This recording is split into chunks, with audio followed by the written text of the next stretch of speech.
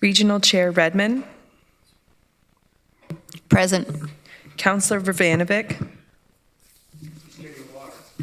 Councillor Jaworski. Here. Laundry. Chair Clark. Present. Councillor Lawrence. Councillor Jowett. Present. Councillor Erb. Present. Councillor Nowak. Councillor Kiefer. Present. Councillor McGarry.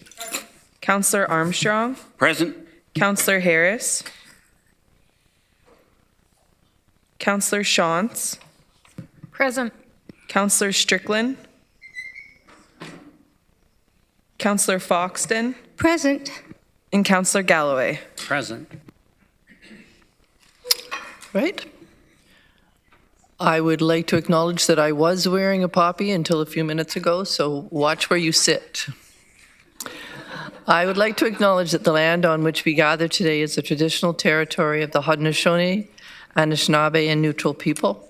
We acknowledge the enduring presence of the Indigenous people with whom we share this land, their achievements, and their contributions to our community.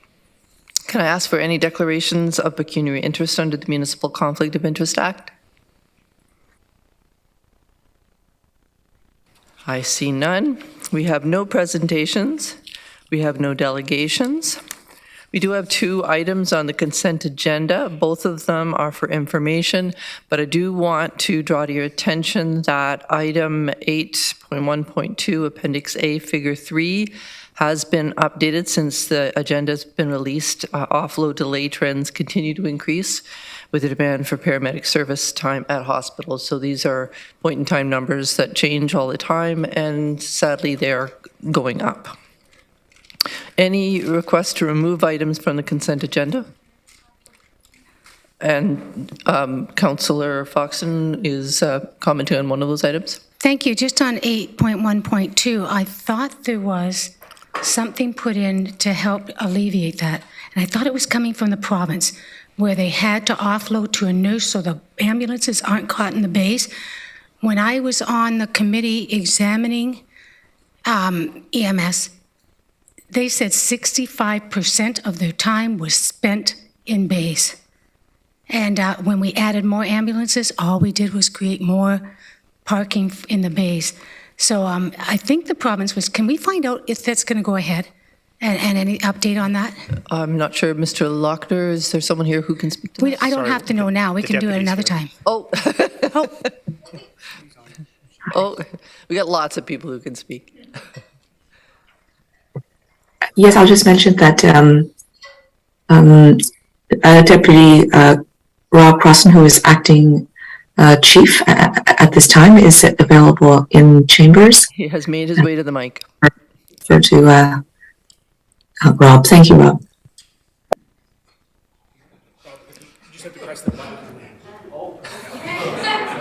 We have a party to get going to. Come on.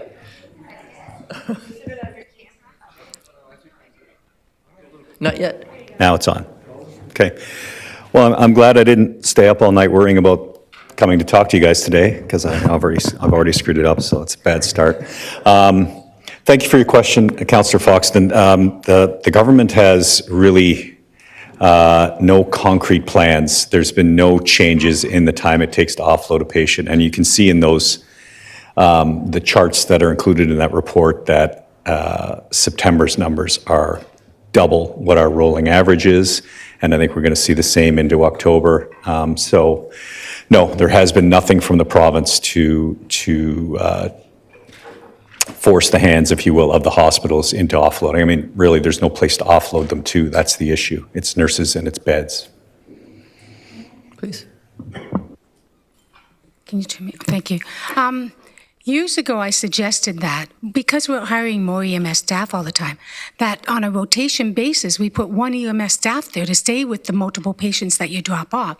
Is that something we can do on our own without the province approval or anything else? That we have them dropped off and do it through a rotation? But actually, I was speaking to some of your workers as they took my husband to the hospital and said, you shouldn't stay here, like you should have one person sit and the others can go.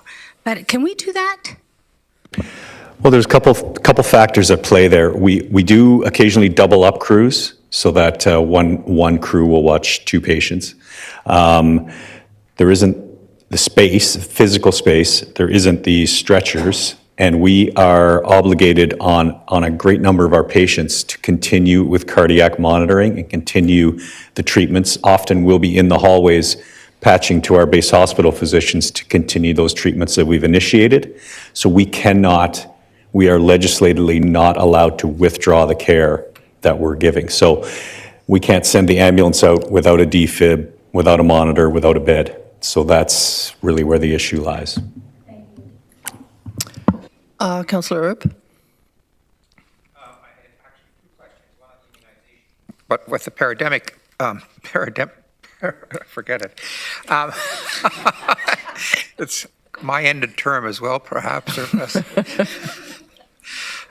It just seems that we're going 2 steps forward and 3 steps back with the offload delays and the amount of resources that we're putting into hiring new ambulances and the new 12-hour shifts. And just a comment of reading the report that it's quite discouraging to try and to keep ahead of this. Yes. Councillor Galloway?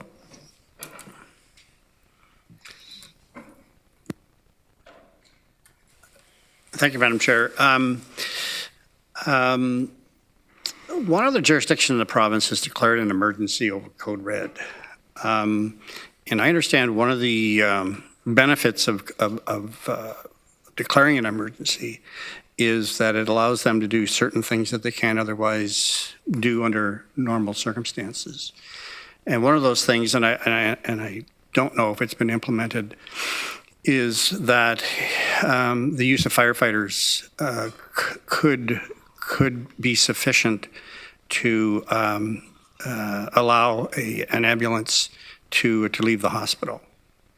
That the firefighter has sufficient training to be that person that stays with the patient until they're accepted by the hospital.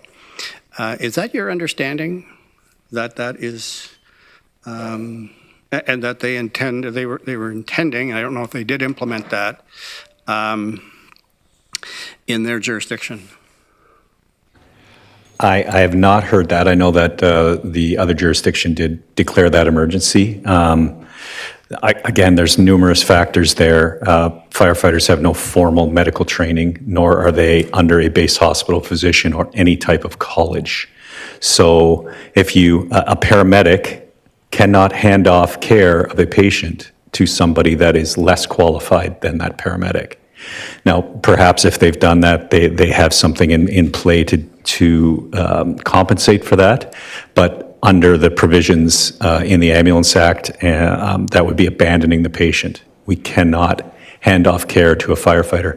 As well, when we look at our peak coverage in Waterloo Region, we have 32 ambulances at our peak. Waterloo Fire Department has 4 fire trucks. So are we going to then trade off putting an ambulance on the road and taking a fire truck off the road to watch our patients? I don't know how that works. Yeah, honestly. I don't know how it works either. I just wondered if he knew if that was actual. I understand that is acceptable when an emergency has been declared. I can't comment on that. Yeah, I don't know okay. that one way or the other. Sorry. Okay, thank you. Dr. Wong has her hand up. I just wanted to add a couple of comments. So, due to the flow of the, due to how ambulance service is dispatched across the province, if there are challenges to flow in one area, then ambulances, from other areas will need to come into that area to assist, and vice versa. So, this is really a province-wide situation in terms of health system flow. And, what we have heard in a public response, at least to the Windsor situation, is the province is identifying this as a Windsor issue subsequent to their declaration of emergency. But it is really a health system issue. It's a province-wide issue. This council has, I think, been very forward-thinking in terms of supporting the paramedic services master plan that called for additional ambulances over the years to support the population growth of a Waterloo region. And they recently, and you recently supported the additional ambulances as part of our move to a high growth scenario, given the indicators that we're seeing and also the fact that our population is growing very rapidly. So I think, that is a very good long-term strategic planning. So those resources are really being added because of the population growth that is driving the need for increased resources over time. The offload and hospital and health system flow issues are overlaying that at this time and exacerbating the challenges that we're seeing. The Association of Chiefs of Paramedic Services across Ontario have put forward some very concrete recommendations to the province in terms of changes that they could make to the protocols affecting dispatch, affecting offloading at hospitals, etc., that they feel would help alleviate the offload pressures that we're seeing. And so my recommendation would be that we continue to support associations like the Association of Ontario Chiefs of Paramedics to continue to engage with the provincial government to look at solutions that would affect the services across the province, including ours, and that are based on the experiences and the data that they've been seeing in terms of what the system issues are. So just wanted to provide that additional information. Thank you. Thank you. And I think Mr. Lochner did want to speak. Sure, thank you through you, Chair. Dr. Wong and the deputies and I met yesterday on this issue and the recommendations coming from the Provincial Association. We'll bring back to committee in the new year some practical thoughts we have on how to implement that here and may need council support depending on the response from the province and whether or not we might be able to accelerate some things, whether the province is ready to or not. So we'll bring that back in the new year. Thank you. Councillor Erb. I also had a question on the immunization. So at a specific time of the year, we send out notices through the school board or to parents of the number of children that have not been immunized. In reading the report with COVID and a variety of other reasons, that number is significantly down. So I'm wondering if that's going to impact the notice that you would anticipate giving through the school boards or to the parents, however that channel works in 23. Dr. Wong. Yes, thank you for the question. I'd like to actually ask David Ilke, who's director of the division that oversees this, to answer the question. Thank you. Thank you. Thank you for the question through you, Madam Chair. Yes, it will. We certainly have seen a reduction or an increase, as demonstrated in the report, a decrease in our coverage rates, an increased number of students who aren't immunized. I should clarify as well that our report only indicates the information that we have at this time. So one of the things we do, like you mentioned, is send notices out to parents on an annual basis to advise them that our records are not complete.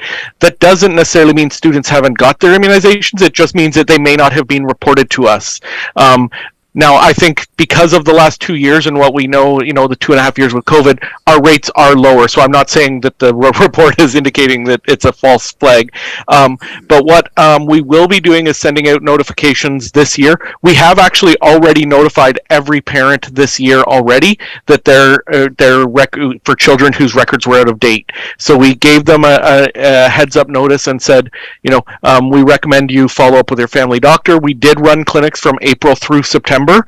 And now that we're all going back into the grade 7 school program, we've had to halt those clinics for now, but we are run catch-up clinics again starting in January to help get these students up to date.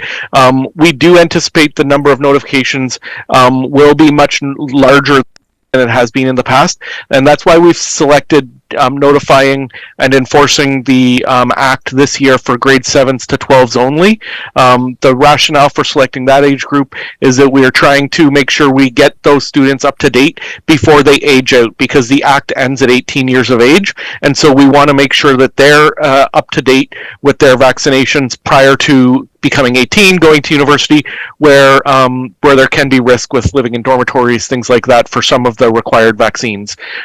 So that's the proposal right now, is that we will do this year a limited notification, and we will look in future years and bring that back to committee to expand that so that we're back to running our full K to 12 notification of students. And the notification comes from public health based on the information you get from the school boards? Is that how it works? It's based on the information. So in the act, it's actually the requirements of the parents to notify public health when children receive immunizations. So it's a combined effort. What we get from the school boards is up-to-date student lists. So we know where students are in the region. So if they're at, school A or they move to school B between school years, etc. We then have a provincial system that has all the records of all students in the province that we get reports on. So when parents update us, or when we provide information, immunizations, we update the system and say, Johnny got shots X, Y, and Z, and then every year we run essentially a review of every student in Waterloo. And then those notifications, any student that's not up to date based on the act is sent a notification letter. They're sent at first a notification letter to say, hey, you're not up to date. Here's what you need to do to get up to date. And then in the spring, we do send an actual suspension order should they not be up to date. So we give them about 4 to 5 months to actually get up to date after the notification before we send the suspension order. And usually there's another month after the suspension order for us before we actually suspend. So we give them multiple notifications to make sure they get their child up to date. Thank you. I see no other questions or comments. These two items are for information. I would like a mover and a seconder to receive them. Councillor Foxton and Councillor Erb, all in favor? That looks unanimous to me. We are on to the regular agenda item, and this is a verbal update from Mr. Sweeney on the interim housing plan.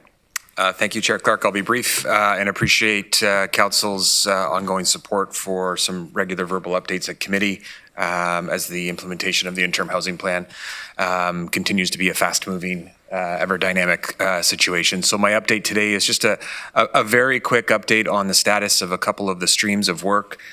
Just as a point of reminder, back in August when Council endorsed the interim housing plan, it included a number of streams of work, including the development of a plan to implement a hybrid managed encampment, but also further investments in transitional and supportive housing, the expansion of rent supports, and also the exploration and development of an Indigenous-led, Indigenous-focused transitional and supportive housing. One way that we have approached this work in an effort to live out the idea of an all-of-community, all-of-government response is we issued a number of expressions of interest to the broad community.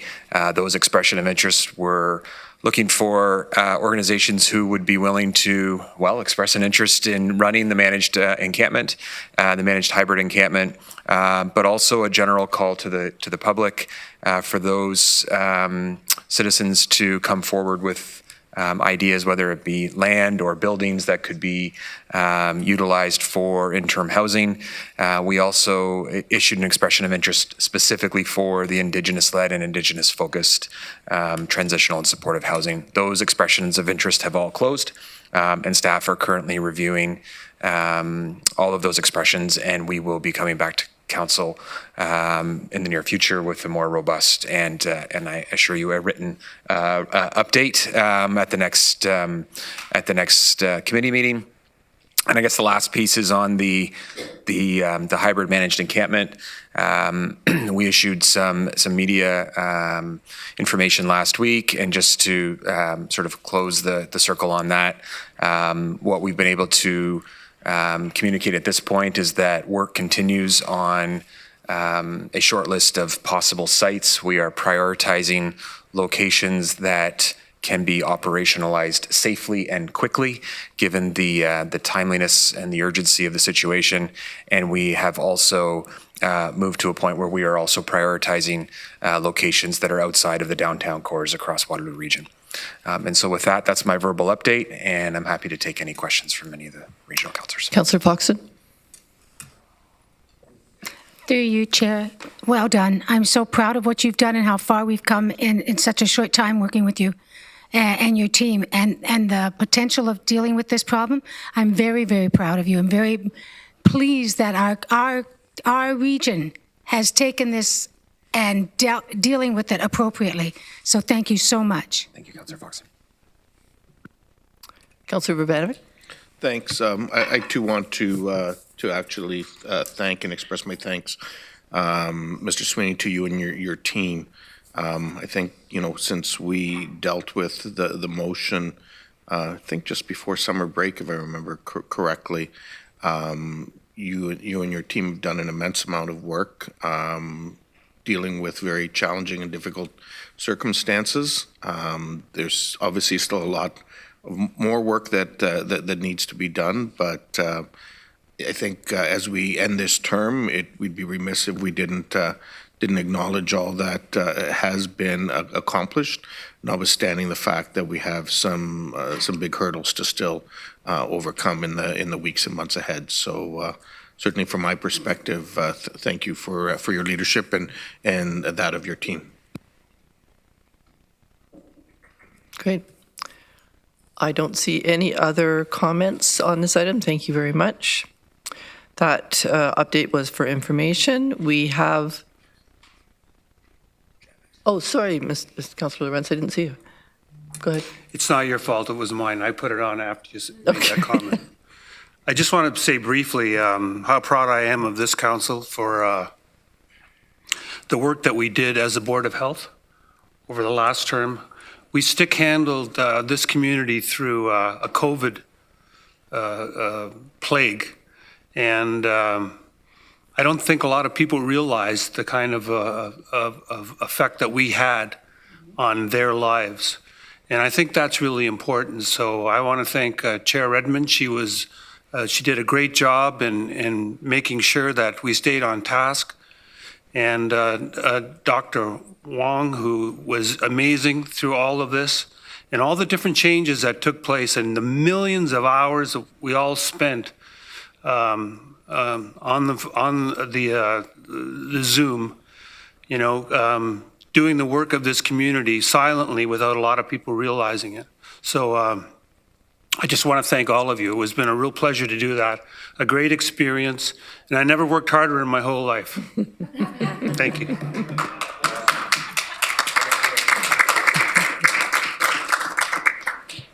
Thanks, Jeff. The council committee tracking list is received for information. Is there any other business? I just want to thank you for being chair again. Now shut up, Karen, because you're going to do all the rest. Go ahead. Well, I have one piece of other business. This is my last opportunity to chair this Community Services Committee, and I just want to say, we've just heard from Councillor Lawrence about how difficult the last term has been for council in terms of the volume of work we've done and the complexity of work that we've done. And I think all that's true, but I think that it's also extremely true of staff in the community services and public health branches of our work. And I'm not to put down anything everybody else has done, but I've personally witnessed, how hard the staff have worked, how round the clock. Don't listen, Ms. Bellissimo. How round the clock staff have worked, how quickly they've had to change direction, and how much their work has been underappreciated at times, and I just wanted to take my last moment with the mic to say thank you for that. Our next meeting for some of us is December 6th, 2022. We are going to move into a council meeting, and I think staff will need a couple minutes to set that up, and Sue will need a minute to run around. And we will start a vote to adjourn the meeting. I need a mover. Councillor Redmond, a seconder.